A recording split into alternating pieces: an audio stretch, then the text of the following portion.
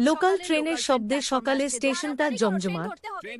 ভিড়ের মাঝে একটা ছোট্ট কুড়ছানা, নাম তার টুকাই, চুপচাপ বসে থাকে। শরীর শুকনো, চোখ দুটো ক্লান্ত, তবু লেজটা নাড়াতে ভুলে না সে। টুকাই খুব গরিব, ঠিকমতো খাবারও জোটে না। তবু তার একটি বিশেষ জিনিস আছে, ছোট্ট একটি ঠান্ডা বোতল, কোল্ড ড্রিঙ্ক, যা সে পথের ধারে কুড়িয়ে পেয়েছিল।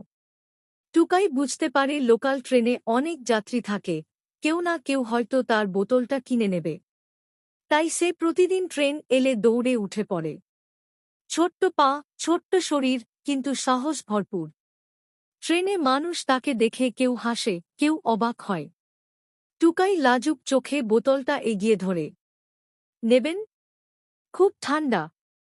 যদিও সে কথা বলতে পারে না, কিন্তু তার চোখের ভাষা সবাই বুঝতে পারে। একদিন এক কলেজ ছাত্র টুকাইয়ের দিকে মায়াভরা চোখে তাকিয়ে বোতলটা কিনে নিল। শুধু কিনেই নয়, নিজের টিফিন থেকে কিছু বিস্কুটও এগিয়ে দিল। বিস্কুট পেয়ে টুকাই লেজ নাড়তে লাগল। তার চোখে যেন নতুন আশার আলো জ্বলে উঠল। সে বুঝল, দুনিয়া পুরোটা খারাপ নয়, কোথাও না কোথাও একটু ভালোবাসা লুকিয়ে থাকে।